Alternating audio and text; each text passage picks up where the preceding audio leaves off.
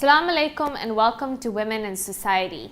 My name is Fatima Deuji Jafar and I'm going to discuss various issues affecting women in our society.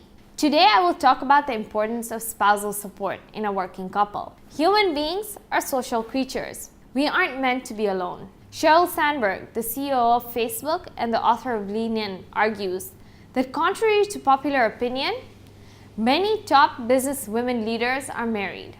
She also said this: I truly believe that the single most important career decision that a woman makes is whether she will have a life partner and who that life partner is. People don't often think of marriage as a career decision. Work and home lives are often thought of as separate spheres, aspects that are unrelated to each other. Although that may be true for the old social dynamic of breadwinner husband and stay-at-home wife, things are a little different when both spouses are working. For one, there's less time for everything. When only one spouse worked outside of the house, it freed the other spouse to take care of household chores and the children.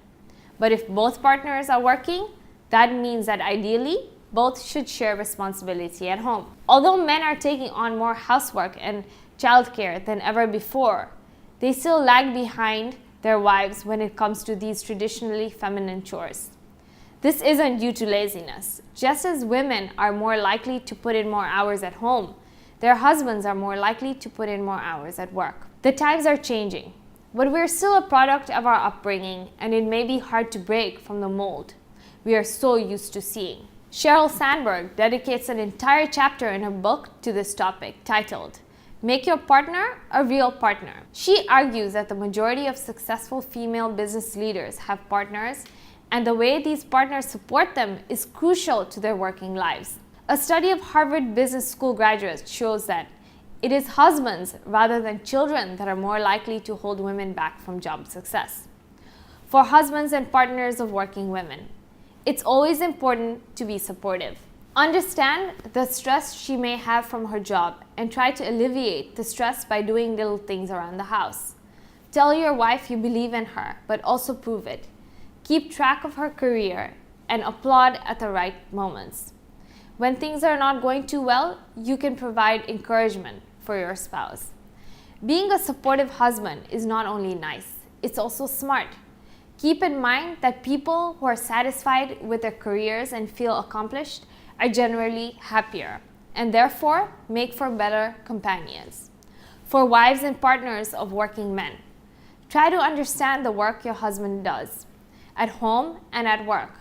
Show that you appreciate them, but don't nag them if they aren't pulling their weight. Refrain from criticizing your spouse's work or meddling in projects or problems with their coworkers. But you can feel free to step up to the plate once your spouse has asked you for help or advice. Then you can offer constructive criticism and suggestions in a gentle way.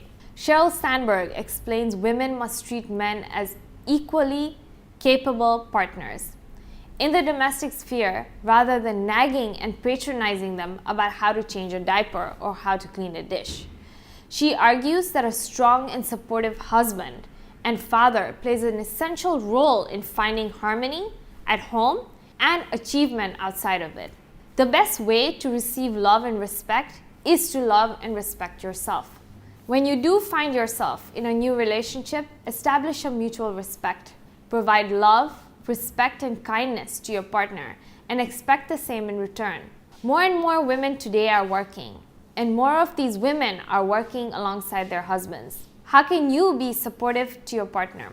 First and foremost, be proud of your accomplishments. Don't apologize to anyone because of your success, and that includes your partner and yourself. Secondly, talk to one another. The glue that keeps couples together is communication.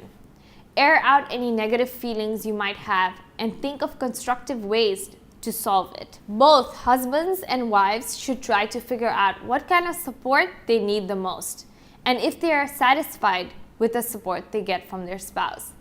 If you don't feel like your husband or wife is being supportive, sit them down and talk about what you would like them to do. No one is a mind reader. When you want something in a relationship, you have to learn how to ask for it. There are also different types of support.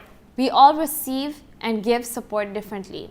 A 5-year study of over 100 married men and women found that there are 4 main categories of support: emotional support, esteem support, informational support, and tangible support.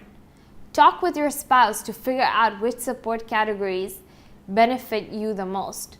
And this isn't only for dual income households. Studies show, regardless of work status, a consistently supportive relationship results in a decreased chance of heart disease.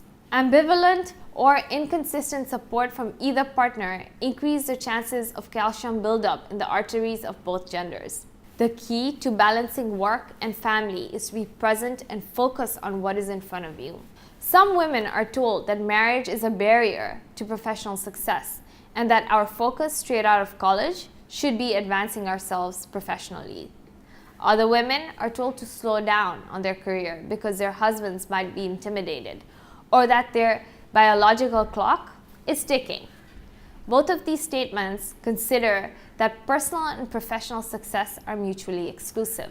But doesn't it make sense that anyone, male or female, needs a friend and partner to help push them, bounce ideas off them, calm them? The beauty of marriage is that the partner can be there for you for life. Not just when you're on top, but also when you're facing obstacles. Marriage is a partnership, and a partnership is equal. It will definitely be harder to manage a family with both partners working, but with communication and support, anything can be done. I hope you all enjoyed today's talk on the importance of spousal support. What are some of the most important ways that you think spouses can support one another? Feel free to share your thoughts through our Facebook and Twitter accounts. Also, I'd love to know what topics interest you and what you would like me to discuss in future videos. Thank you.